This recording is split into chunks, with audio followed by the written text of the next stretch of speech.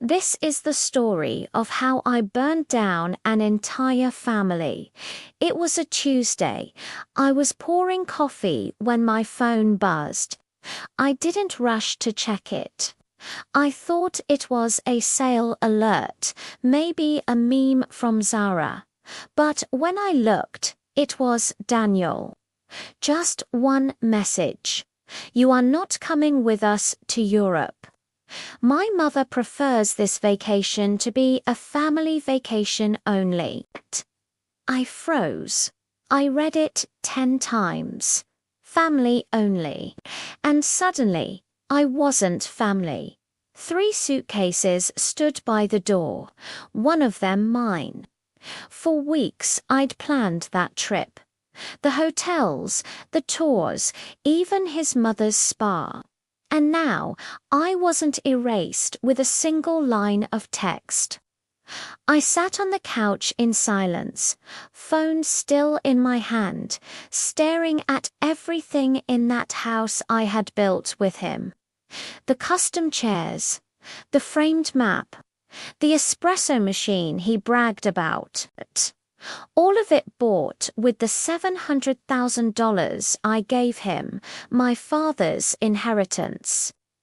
The money I wired into his failing startup when he was drowning. No contract, no shares, just trust. Because that's what you do for family.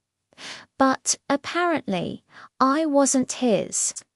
I opened the group chat with his mum and sister. Photos of manicures, packed bags, jokes about matching outfits. No mention of me. Not even once. And Daniel didn't have the decency to say it to my face. Just a text message. Then silence. I walked upstairs. Our bedroom was spotless. I had laid out his passport last night, both of ours. Stupid me. I stared at my reflection.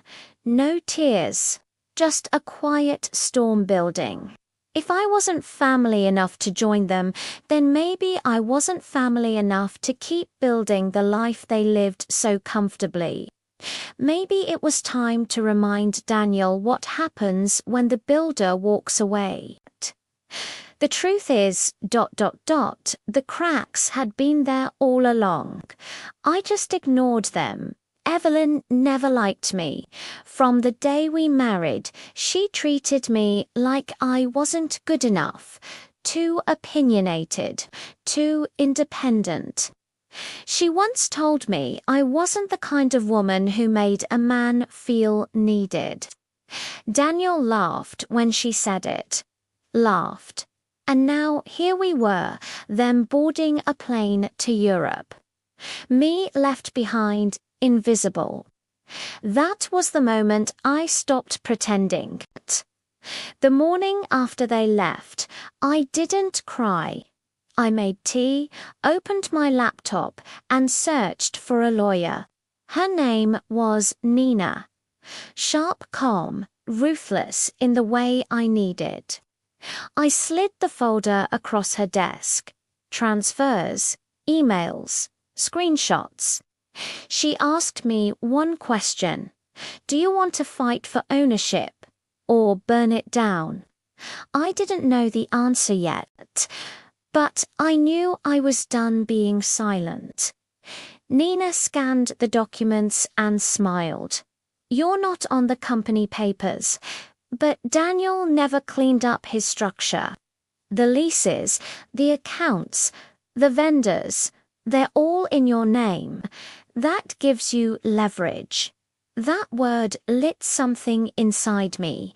Leverage. While Daniel sipped wine on the Amalfi Coast, I got to work. The office lease still mine. The co-working contract he bragged about. My signature, the accountant. Handed me files the second I asked. Bank accounts, vendor contracts, digital assets. So much of it tethered to me because in the beginning, Daniel had nothing. Piece by piece, I pulled the strings, quietly, carefully, and then Zara, my best friend, my anchor, showed up with iced coffee and her laptop. She sat across the dining table in a t-shirt that read "Plotting in Progress." "You know," she said, "you could rent the house. Short term, while they're gone." I laughed. She didn't. And by the next day, the house was listed. Luxury rental, premium rate, booked solid. The exact week they'd return. Meanwhile, Nina lined up buyers for the business. Daniel loved to play CEO, post quotes, strut in suits. But legally, his empire was a mess. So when the corporate offer came in, I signed payment wired directly into my account. Just like that, the business Daniel begged me to save was no longer his, and I didn't tell him. Not a word. If he could reduce me to a text message, then he deserved silence. By the fifth night, Zara and I sat in her car across the street, watching the house pulse with music. The renters had turned it into a party. Neon lights, karaoke, strangers laughing in the living room. Evelyn once sneered at "I watched a girl in glitter heels dance exactly where Daniel once told me to lower my voice in front of his mother." And for the first time in years, that house felt alive. Not because of him. Because I had let go. Then came the twist. Their flight got cancelled. They came home 2 days early. By the time their SUV rolled up, the business was gone and the house was full of strangers.